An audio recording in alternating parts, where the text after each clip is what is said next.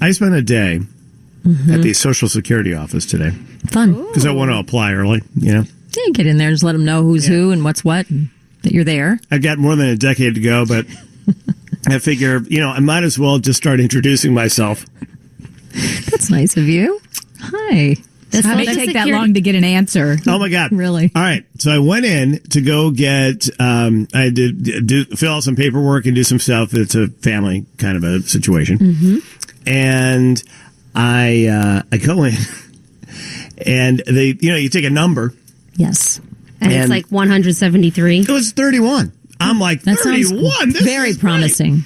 And then the loudspeaker, you hear, you have to go take your chair over there while you're waiting. Were you the one on Lawrence over there? Or no. Another one? How do you know where it is? I go with my grandma all the time. Oh, really? Yeah. Grandma lives in another country. Yeah. Well, how does she get Social Security? She worked here for 25 years. Oh, all right.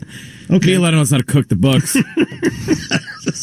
Grandma, we'll find a way. So she cleaned this building. The feds are going to be knocking at your door right now. No, they already are. They don't know where we live. Yeah. Exactly. Oh, right.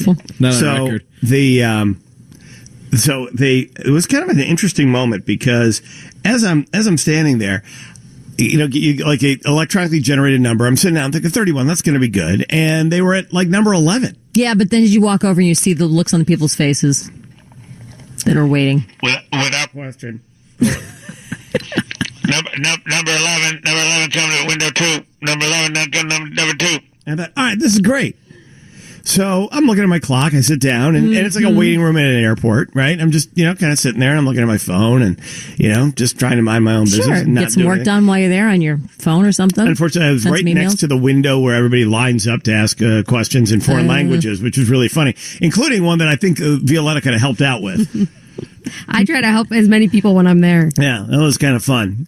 But then, I'm looking at my watch, and I'm thinking, okay, then they call 12. And I'm like, 5 minutes later. So I'm like, all right, well. Doing the math in your so I got 20 times 5. Right. Mm-hmm. Can't be really that bad. So then they start calling numbers that are not even numbers. F25, 55, 26, 21, turn left, 5. Omaha. And then they start screaming because nobody knows where to go. Right. This is... Hold on. And this is how the technology works in there, too. This is your last call. Omaha, F255, 55, 25, 55, 25. I know. I'm like, this lady's in a walker. It's going to take her a while to go down the 3 long hallways. Right. So I finally get so 2 hours and 5 minutes later, almost sort of a little later, I'm sitting there, I put myself in a Zen trance. Oh, good. And then I go up to the call number 31, and I go to my window, and I sit down. There's a lovely woman on the other side of what appears to be a bullet bomb-proof window.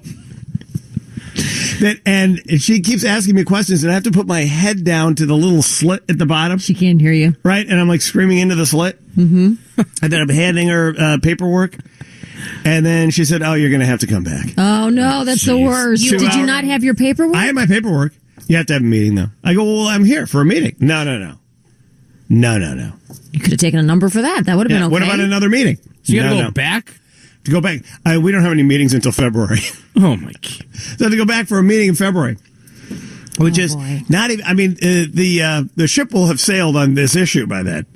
No way. So I don't even know what to do. Heartbreak City right there. Yeah, it's just weird. And there was no way to expedite it given your special circumstances? Because you do have... Did you say you were Rokan? Do you know who and I don't mean that. I mean the family member you're dealing with has got special circumstances. There's no circumstance for anything. You can't break protocol. No. Fill out another paper. Oh, there was a guy yelling from behind the other the information thing about a woman, get away from the window.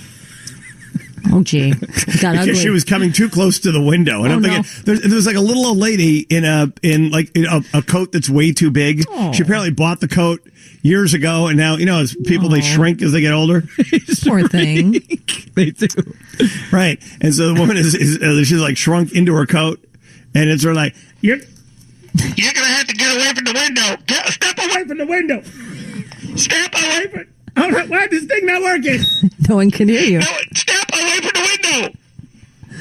She needed to yell a little bit more into that little slot below the window. She was trying. Then I was going to go up and yell for her. And I thought, well, that's probably a bad idea. I felt a little at that moment like I'm on the Titanic. Yeah, it's not a good feeling. Anyway. A month, though. I'm sorry. Gee, that's... Yeah. More than a month. Plus 31 days has, it's going to be a while. I'm just hoping everybody's still breathing by the time I get to this thing. Oh, boy. It's including, most importantly, me. All right. So 2 hours to get to the window, and then you got that answer. Right. I'm sorry. I have to come back. Of course.